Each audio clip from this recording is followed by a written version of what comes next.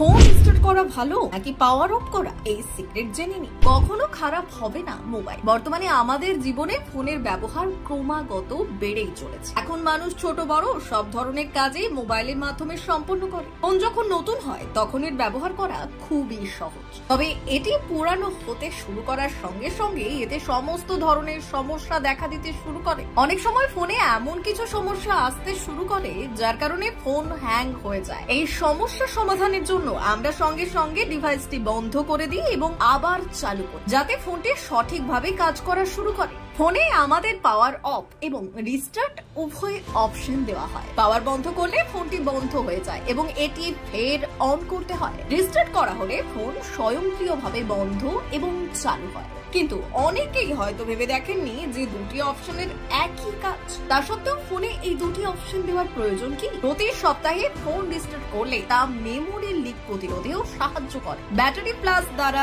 প্রকাশিত একটি প্রতিবেদনে বলা হয়েছে যে যখন একটি অ্যাপের কাজ করার জন্য প্রচুর পরিমাণে মেমোরির প্রয়োজন হয় তখন মেমোরি লিক হয়, কিন্তু অ্যাপ ব্যবহার না হলে মেমোরি লিক হয় না। এক্ষেত্রে ফোন রিস্টার্ট করা কানেক্টিভিটির সমস্যায় সাহায্য করতে পারে। পুরানো স্মার্টফোন কখনো কখনো ডেটা এবং ওয়াইফাই এর সঙ্গে সংযোগ করতে অক্ষম হলে ফোন পুনরায় চালু করা যেতে পারে। ফোন সাধারণত তখনই রিস্টার্ট করা হয় যখন ফোন হ্যাং হয়ে যায় বা অ্যাপগুলো সঠিকভাবে চলে না বা সফটওয়্যারের সমস্যা দেখা দেয়। তবে এটিও একটি ভালো, এর কারণে ফোনটি মসৃণ ভাবে চলতে থাকে। ফোনকে পাওয়ার অফ করলে এটি ক্যাশের ডেটা সাফ করতে সাহায্য করবে, যাতে আমাদের ফোন আরো দক্ষতার সঙ্গে চলে।